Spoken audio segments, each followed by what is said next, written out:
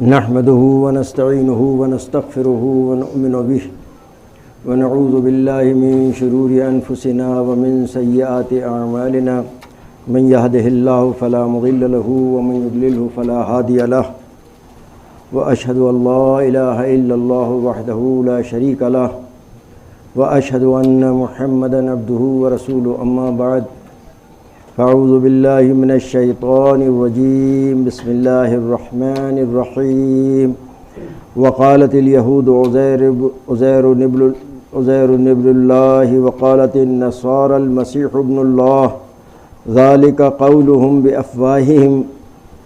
يضاهئون قول الذين كفروا من قبل قاتلهم الله أنى يؤفكون اتخذوا أحبارهم ورهبانهم أربابا من دون الله والمسيح ابن مريم وما أمروا إلا ليعبدوا إلها واحدا لا إله إلا يشركون يريدون أن يطفئوا نور الله بأفواههم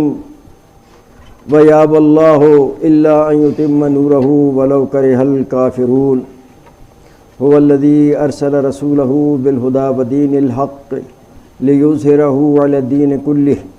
ولو كره المشركون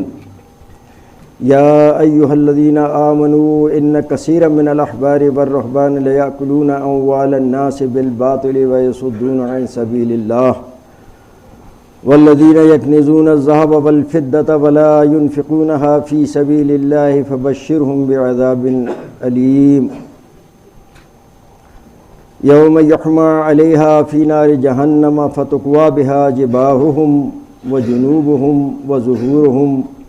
هذا ما كنزتم لأنفسكم فذوقوا ما كنتم تكنزون۔ یہ سورہ توبہ 5ویں رکوع کی کچھ آیات آپ کے سامنے تلاوت کی ہیں۔ سورہ توبہ یہ مدینہ میں نازل ہونے والی آخری دور کی سورہ ہے۔ یہ اس وقت نازل ہوئی جبکہ 9 سال ہجری میں ابو بکر رضی اللہ تعالیٰ عنہ امیر حجاج بنا کر حج کے لیے بھیجے گئے تھے، روانہ ہوئے تھے۔ اس کے بعد یہ نازل ہوئی سورہ اور اس میں مشرکوں سے برات کا اعلان کیا گیا۔ اس اعتبار سے یہ سورہ برات بھی کہلاتی ہے۔ اس میں 3 اصحاب جو غزوہ تبوک میں جانے سے رہ گئے تھے